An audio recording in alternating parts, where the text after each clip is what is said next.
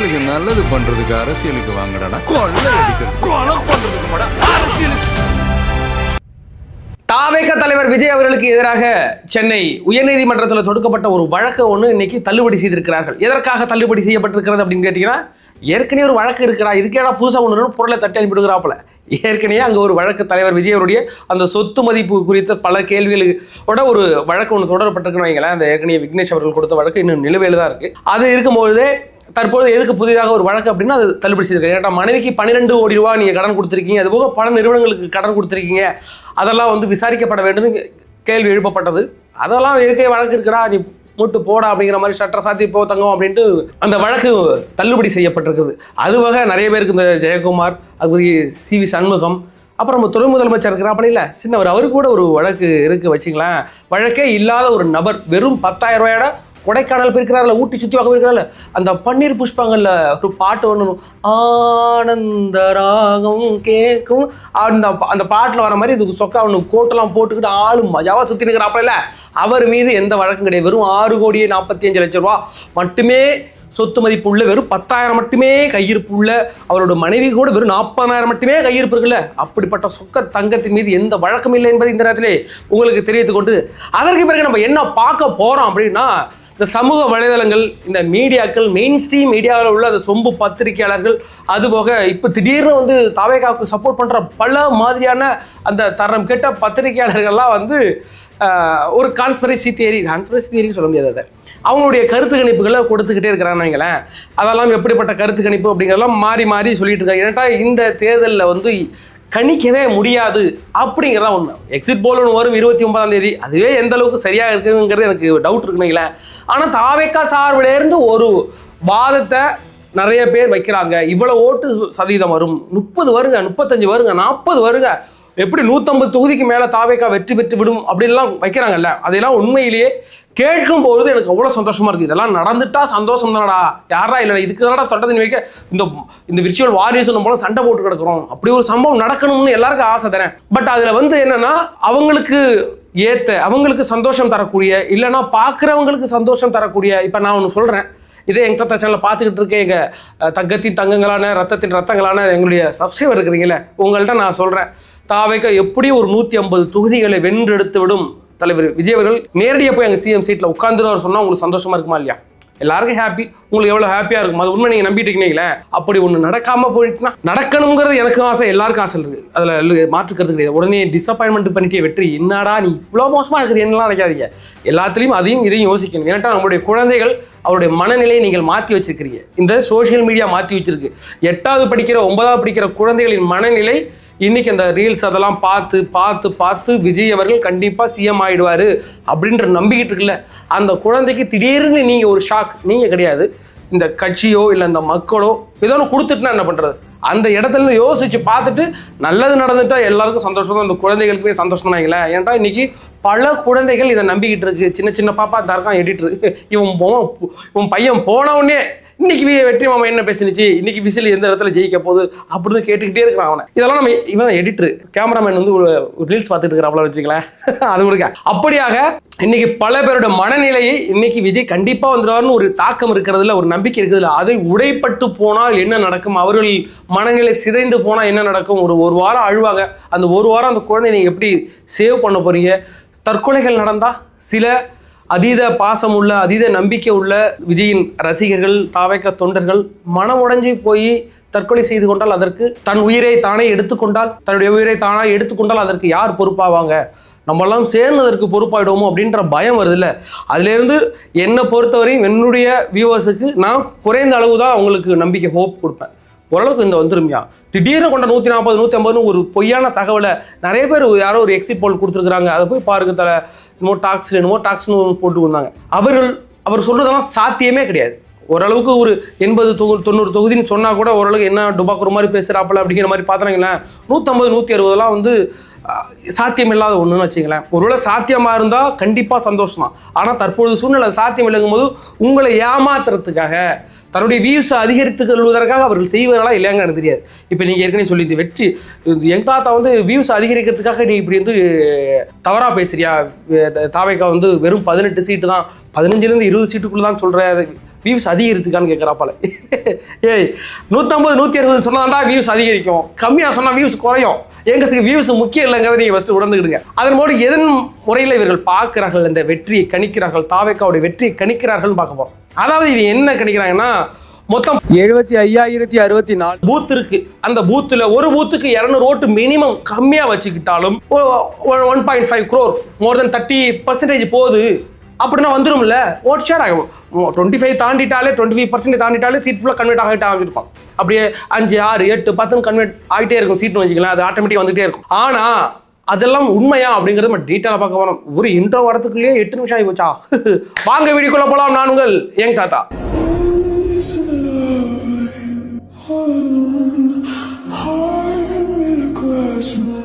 எங்களுடைய வீடியோக்களை பாருங்க, சேனலை சப்ஸ்கிரைப் பண்ணி வச்சுக்கிடுங்க, லைக் பண்ணுங்க, ஷேர் பண்ணுங்க, உங்களோட தாழ்மையான கருத்துக்களை கமெண்ட் பண்ணி விடுங்க. தமிழ்நாட்டில் SIRக்கு பிறகு ஒட்டுமொத்த வாக்காளர்கள் எவ்வளவு பேர் சொல்லலாம்?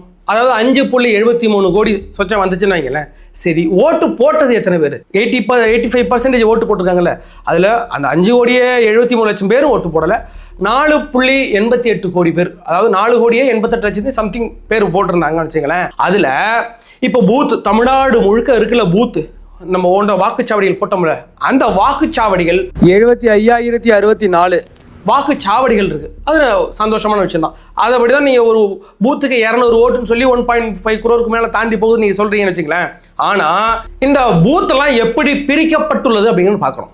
அதாவது இந்த பூத்துகள் 1500 இருக்குன்னு வச்சுக்கலாம். ஒரு பூத்துக்கு 1500 ஓட்டுன்னு வைக்கலாம். 1500க்கு மேலே போயிட்டுனா அங்கே துணை வாக்குச்சாவடின்னு ஒன்று, ஒரே பூத்து தான் இருக்கும், அதில் துணை வாக்குச்சாவடி ஒன்று பிரிச்சாங்க. ஏன்ட்டா 1500க்கு மேலே போகக்கூடாது அப்படிங்கும்போது 2 பேர் வச்சாங்க. அப்போ 1000 இருந்து 1500 பூத்துகள் இருக்குல்ல, அது மட்டுமே 45,000 பூத்து இருக்கு.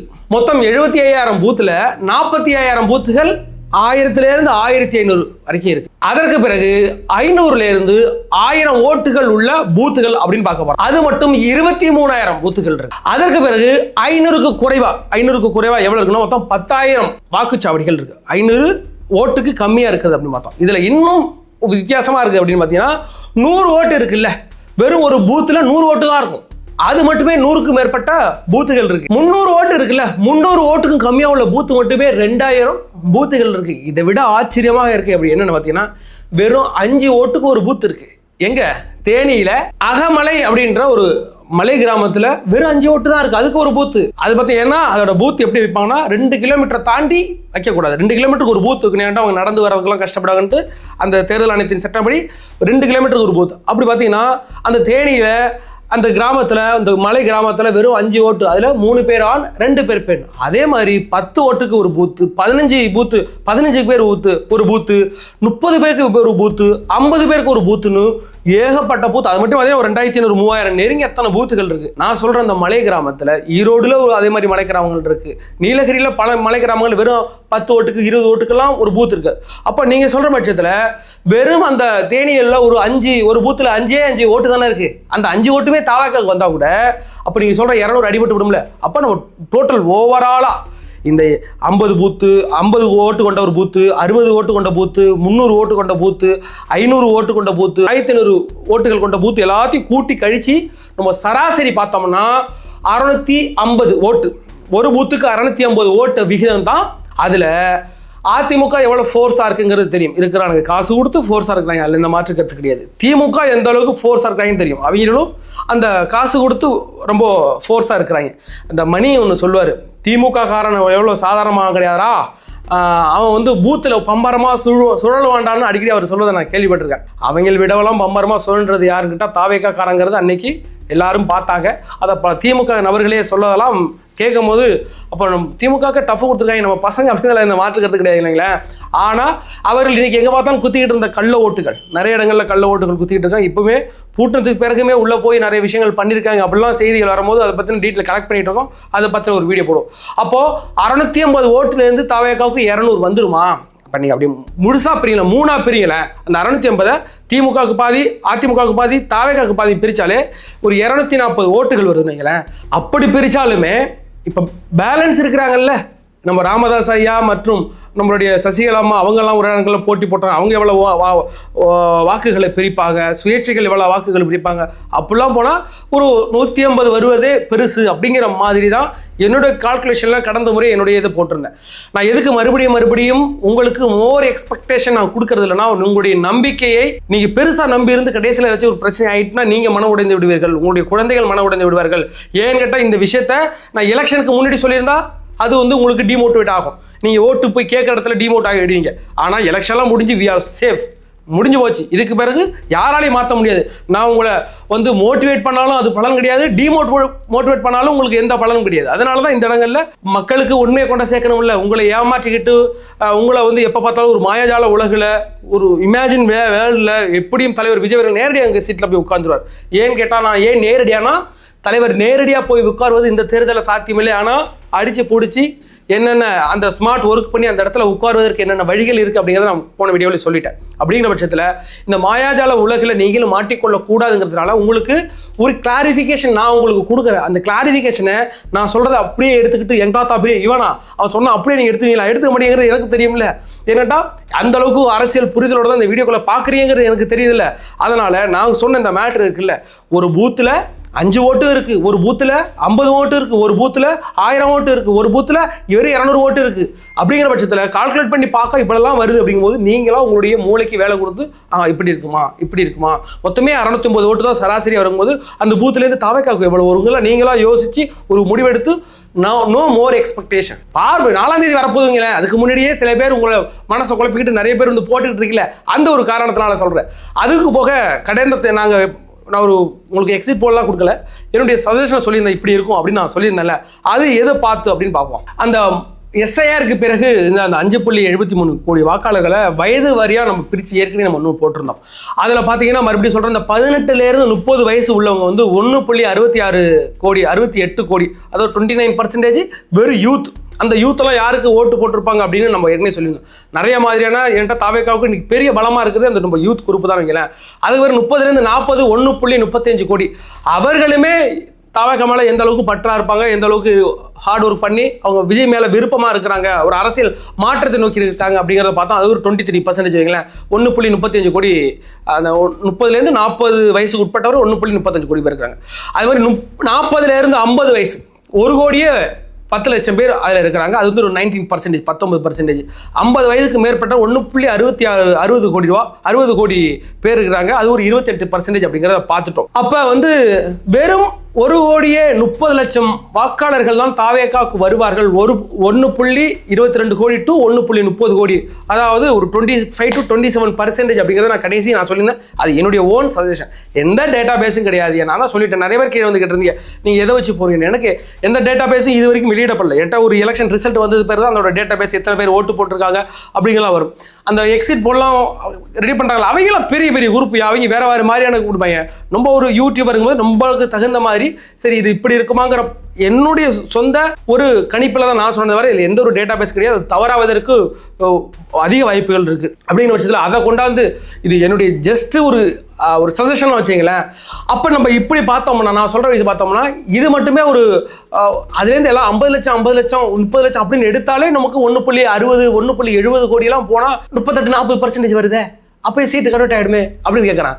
இதில் எத்தனை பேர் ஓட்டு போட்டாங்க அப்படிங்கிறது தெரியாது. ஏன்னு கேட்டால் நமக்கு வெறும் 85% தான் ஓட்டு போட்டிருக்கிறாங்க. அப்போ இதுலாம் ஃபுல்லாக குறையும். அது நமக்கு எப்போ தெரியும்னா ஆஃப்டர் த எலெக்ஷன் ரிசல்ட்டு தெரியும். இந்த இத்தனை வயசுலேருந்து இத்தனை வயசு பேர் இவ்வளோ பேர் போட்டிருக்காங்க, இத்தனை வயசுலேருந்து இத்தனை வயசு பேர் இவ்வளோ போட்டிருக்காங்க, இந்த சமுதாயத்திலேருந்து போட்டிருக்காங்க. தலித் ஓட்டுகள் எவ்வளோ பிரிஞ்சுது, முக்குளத்தர் ஓட்டுகள் எவ்வளோ பிரியுது, முத்தரையர் ஓட்டுகள் எவ்வளோ பிரியுது, கிறிஸ்டின் ஓட்டு எவ்வளோ பிரிஞ்சுது, இஸ்லாமியர் ஓட்டு எவ்வளோலாம் பிரிஞ்சு தாவேக்காக்கு வந்துச்சு அப்படிங்கிறது இந்த ஆஃப்டர் த ரிசல்ட் படி தான் நமக்கு தெரியும். ஆனால் இன்னும் எனக்கு ஒரு நம்பிக்கை இருக்கிறது, தலைவர் விஜய் அவர்கள் ஒரு 15லேருந்து 20 தொகுதிக்குள்ள ஒரு தொகுதியை கண்டிப்பாக அடிப்பார். அது 18ஆக இருக்குங்கிற என்னுடைய கருத்து. அதை தாண்டி போனாலும் ஆச்சரியப்படுவதற்கு இல்லை. அவ்வளோ பெரிய இன்னைக்கு நமக்கு அந்த வேவ் தெரியும். ஆனால் யாருக்கு மோர் எக்ஸ்பெக்டேஷன் கொடுக்க நான் விரும்பலை. இந்த தொகுதி அடித்தாலே மிக சிறப்பு. அப்படி அடிச்சிட்டாலே 2 பேருக்கும் பெரும்பான்மை இல்லாமல் போயிடும். அதிமுகவுக்கும் பெரும்பான்மை இல்லை, திமுகவுக்கும் பெரும்பான்மை இல்லை, தாவேக்காக்கும் பெரும்பான்மை. இந்த விஜய்ன்ற மனுஷன் யாரையுமே ஜெயிக்க விடலன்னா அப்போ அவரு தான் மிகப்பெரிய வெற்றி அடைந்து விட்டாங்க அர்த்தம். ஏன்னுட்டா யாரோ ஒரு ஆள் ஜெயிக்க போறத அடிச்சு களைச்சு விட்டு யாருமே வெற்றி பெறலடா, நான் நிக்கிறேன்டா இங்க என்கிட்ட வாங்கடா நீங்க. அப்ப யாரும் திமுக வரப்போறது கிடையாது விஜய் கிட்ட. அப்போ வந்து பெரும்பான்மை இல்லாமல் வெறும் 110 தொகுதியோட யார் இருக்கிறா? நம்மளுடைய இந்த அதிமுக தான் இருக்கும். எடப்பாடி பழனிசாமி அவரே விஜய் கூப்பிடுவார், ஐயோ வாயா அப்படின்னு விஜய் கூப்பிடுவார், நீ வேணா என்கிட்ட வந்து கேளு. அப்போ எப்போ அந்த தலைவா பட பிரச்சனையில் அதிமுகவிடம் கை கட்டி நின்றார் என்று விஜய் அவர்களை பேசிக்கிட்டீங்களா, கலாச்சி பேசிட்டீங்களா? இதே எடப்பாடி பழனிசாமி விஜய் அவர்களிடம் அதே அதிமுக கை கட்டி நின்று எங்களுக்கு நீங்கள் ஆதரவு தாருங்கள் என்று கூறும் நிலை வரும். என்கிட்ட எது வெற்றி?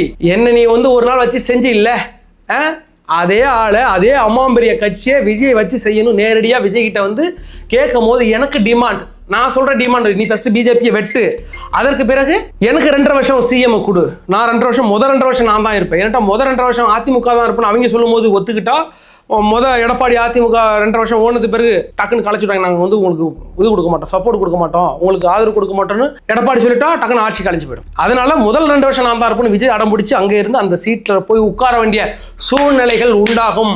இது நடப்பதற்கு அதிக வாய்ப்புகள் இருக்குங்கிறது என்னுடைய கருத்து. புரிகிறதா?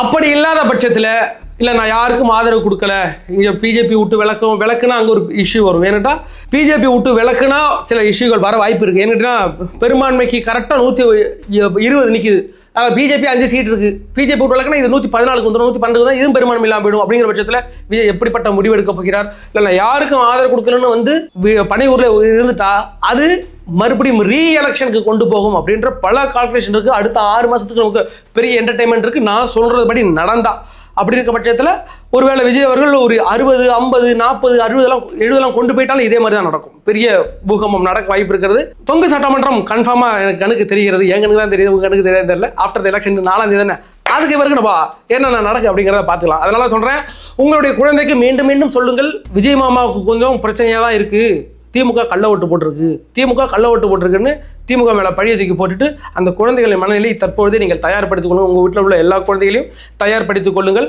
அதற்கு பிறகு எந்த ஒரு மோர் எக்ஸ்பெக்டேஷன் இல்லாமல் இருங்க. யார் சொல்கிறது நம்பாதீங்க, முடிஞ்சால் நான் சொல்கிறத கூட நம்பாதீங்க, விட்டுருங்க. ஏதாவது எங்களை மாதிரி ஆளும் கத்திட்டே கிடப்பாங்கன்னு வச்சுங்களேன்.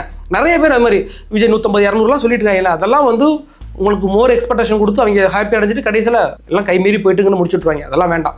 சரி, உங்களுடைய தாழ்மையான கருத்துக்களை நீங்கள் என்னுடைய கமெண்ட் செக்ஷனில் பதிவிடுங்க நகரிமான முறையில். வேற ஒரு வீடியோ சந்திக்க வரை உங்களிடம் விடுவது நான் உங்கள் ஏங் தாத்தா.